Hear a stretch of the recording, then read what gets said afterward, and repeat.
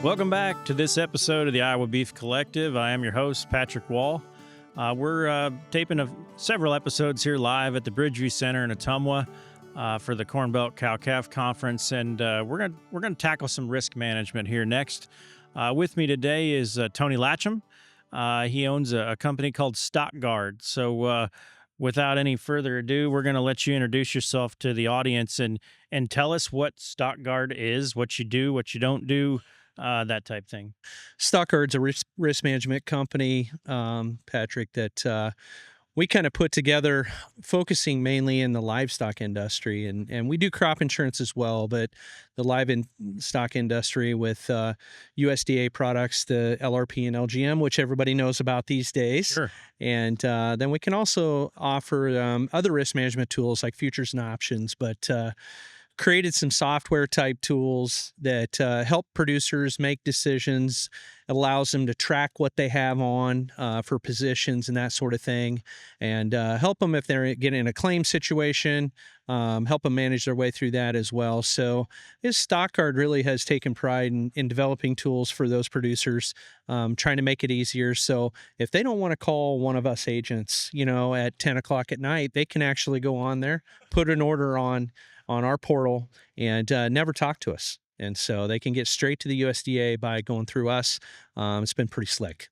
So it's a web platform as well as individual assistance. If somebody has questions, they have a place to call. Yeah, I mean, we can go as deep in the consulting process as they need, or we can be very hands-off as well and help facilitate those orders. So let's talk about your typical client. Just describe who your customers or who most of your customers are.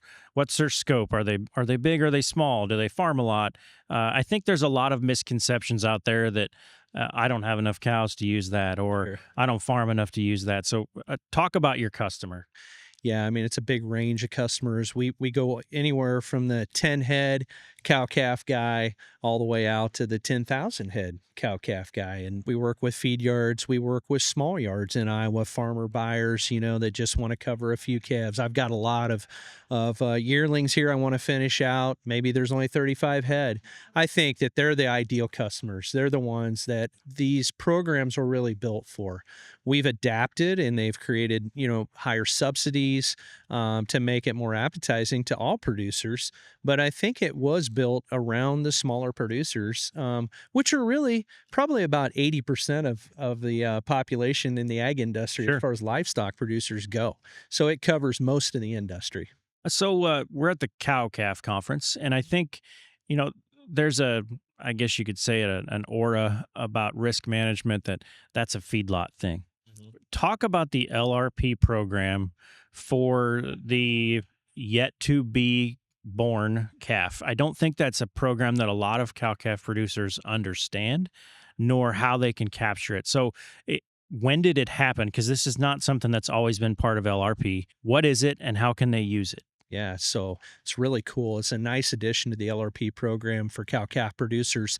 You're sitting with record high markets, but you don't have a calf on the ground yet. Right. LRP before, I'd say 2 years ago, you needed to know how many steers, how many heifers you had on the ground before you could really insure them and get accurate numbers. Now they have the unborn program. So the unborn, if you have 35 cows and you think you'll have 35 calves, you can insure 35 unborn calves for a future date. Okay. And we're going to call them bulls and heifers, and we're not going to split them out. They're all going to be together, and you'll be able to insure those calves before they hit the ground. And I think there's some misconceptions out there that somebody has to go purchase those and write a check. They can be standing cows that have been there for 8, 9, 10 years, and you can insure her 8th calf, correct? Yes, absolutely. Absolutely. Yeah. And that being a new addition to the cow-calf industry, people have been doing a lot of reading on the unborn calf thing, but there's still a lot of mystery to it. Like, people don't really understand what they're getting, but literally, I mean, we've probably written almost as many unborn contracts this year as we have calves that have hit the ground, the old typical LRP on feeder cattle. So people are really getting on top of this, which I think is a smart move. As far as where we are in the markets right now, it's a smart move to get them things covered before they hit the ground. There has never been more risk in a bred cow than there is this spring right now. So that's actually a surprising stat that is extremely encouraging from my chair. So we're going to follow the calf through the cycle. So you get it on the ground. It's a live calf. She's doing her job. What's the next insurance step that you can, I guess, lock yourself in when you go to sell that calf off the cow? So let's back up a minute. We can insure that unborn calf up to 599 pounds. Okay. So let's get that thing to 599, 600 pounds. You're going to keep this calf. Maybe you want to background your calf and get to 850, send it to market as a yearling calf. You can do that again. You can insure that next step on with, a new policy on that calf, a new SCE, to get it to 850. And then I have a lot of guys that they say, well, I want to get them to 850, see where the market is, and decide whether I'm going to take it all the way to finish. Because there are a lot of people that do that. Then you can insure it a third time and get it to finish. So you can literally insure that calf 3 different times. And I think that the important part is you insure the bottom and the top side's always open. Yes. So I think, the market can go up and you don't get hurt. Yep. You actually get to capture that. Yep. The market goes down, you're safe. Yes. Talk about I think some folks say, well, I have to write a check. They've changed when you have to write the check too. And the subsidy that comes from the government, what percentage is it? How does it work? Does it go up or down? How does the government program work to lower your premium per se? Yeah, it's a good question because we always start with a base premium, no matter whether it's crop insurance, livestock insurance, what it is, okay? So that's full boat, base premium. Well, the government come out and they've increased the subsidies on LRPs over the year. Top level coverage, 100% coverage, which puts us right at the market, right where futures is 35%. That's 35% subsidy. The government pays 35% of that base premium, okay? As you move out of the money, you get a little higher deductible. You get a little further out of the market, away from where the market price is. That actually subsidy will go up to 55%. And so you can save money the further out you go. We always caution people at doing that. But if your break evens are low, you may want to do that to cheapen the insurance up a little bit and make a little more sense. Okay. So subsidy wise, the government has come in and bolstered those programs and made them more affordable. And while still not being in competition with the futures market, right? Futures and options. You talked about there being a safety net and the top side's wide open. That's a huge part of this program that people kind of miss, okay? We spend every day on the phone talking to people about risk management and what it actually means, okay? When I'm paying a premium, I am setting that risk off up to somebody else, okay? There's got to be a guy on the other side of the fence that's taking that risk, and I should have to expect to pay something for that, okay? And that's what the premium is. Now, the government's going to pay part of that for you, but what you're not doing is you're not locking in. You can go to different platforms and you can lock your calves in 6 months down the road for X amount of dollars tied to futures, and there's a sliding scale and all this stuff, but you've locked in that price.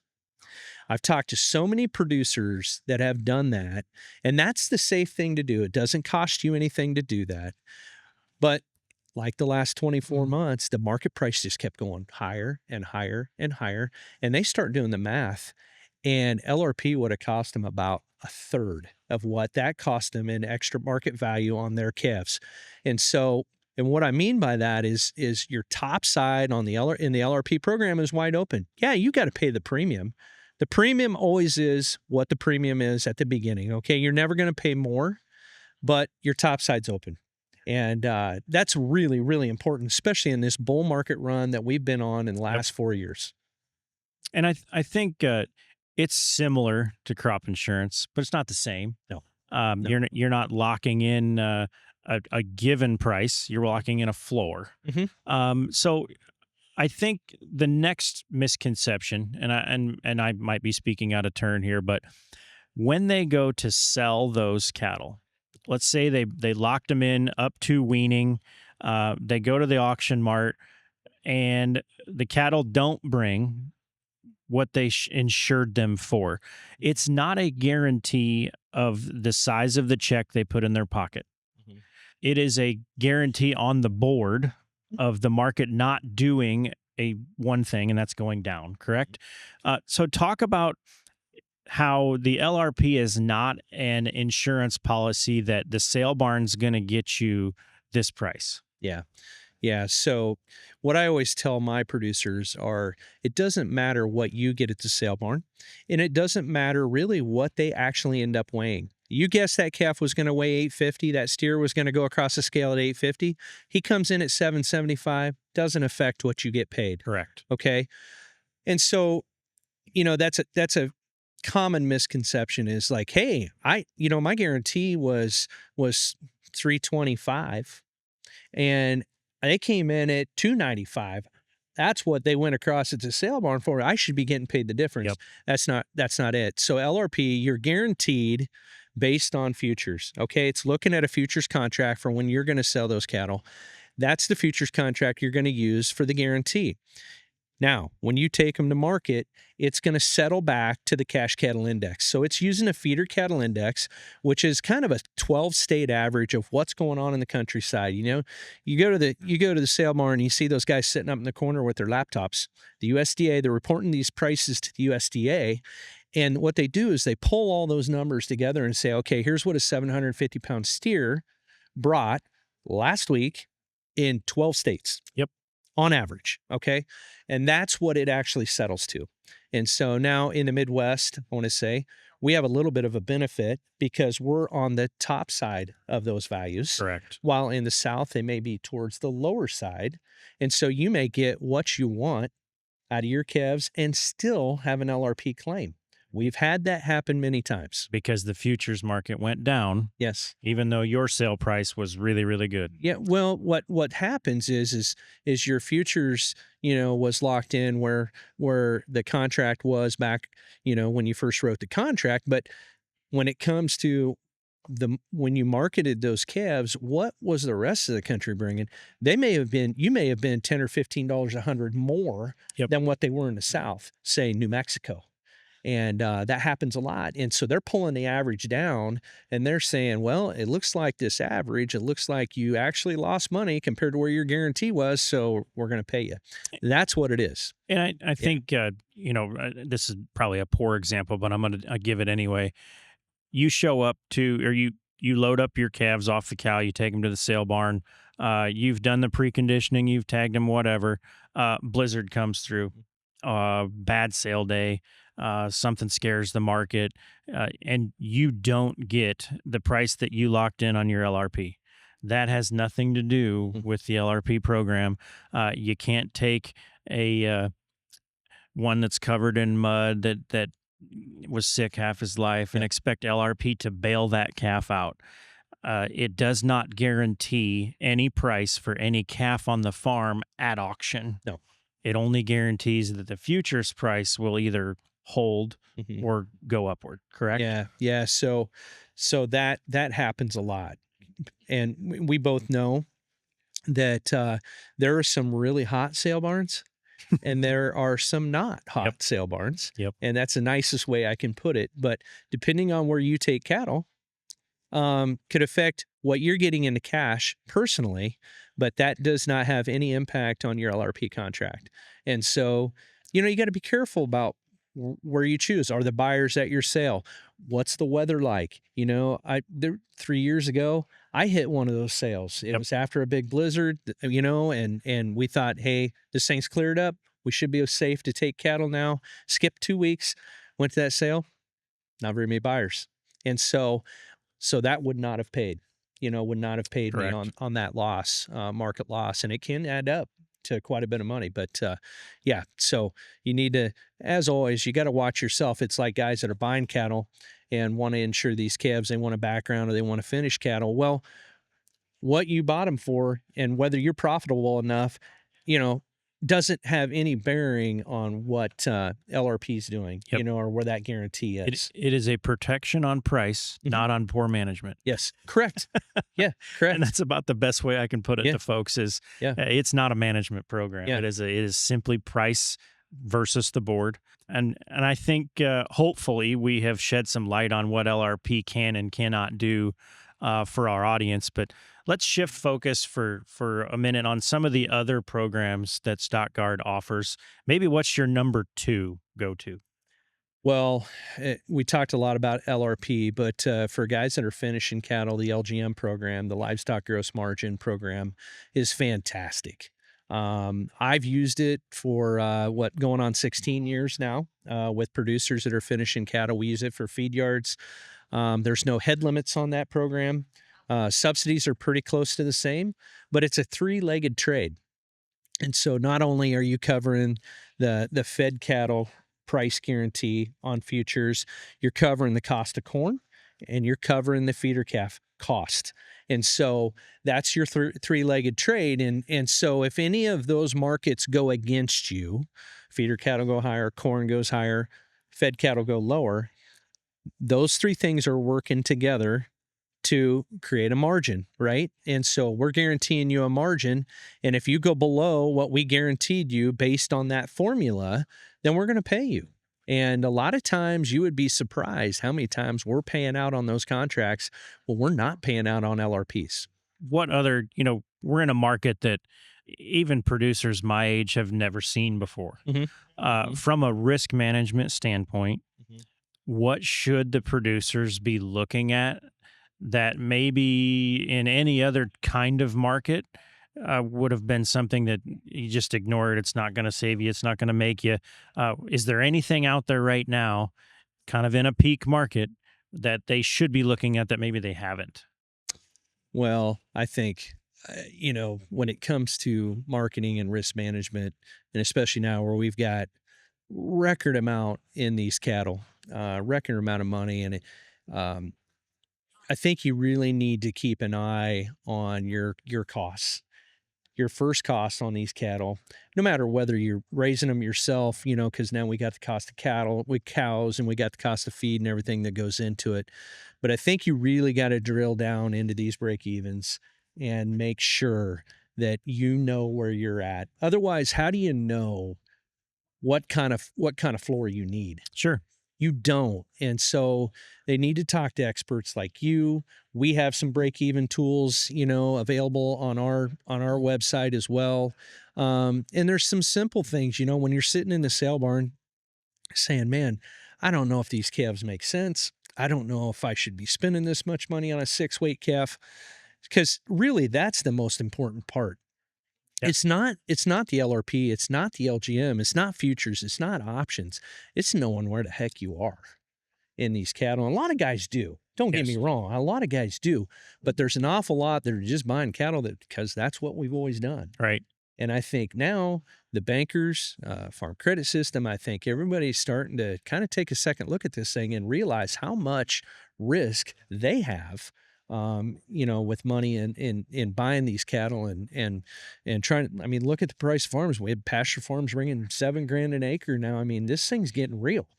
And we got to figure out a way to sharpen the pencil and get to where we need to be, know where we're at, and then we can make good decisions on risk management tools. And I think that's a good place to sort of wrap up. Facebook is terrible for showing the best of the best, not the worst of the worst. And that was all over the place that these cattle brought $6 a pound or whatever. And I put a comment underneath one of them. I made them the most efficient cattle that I could possibly think was believable, like 5 or 6 to 1 on efficiency.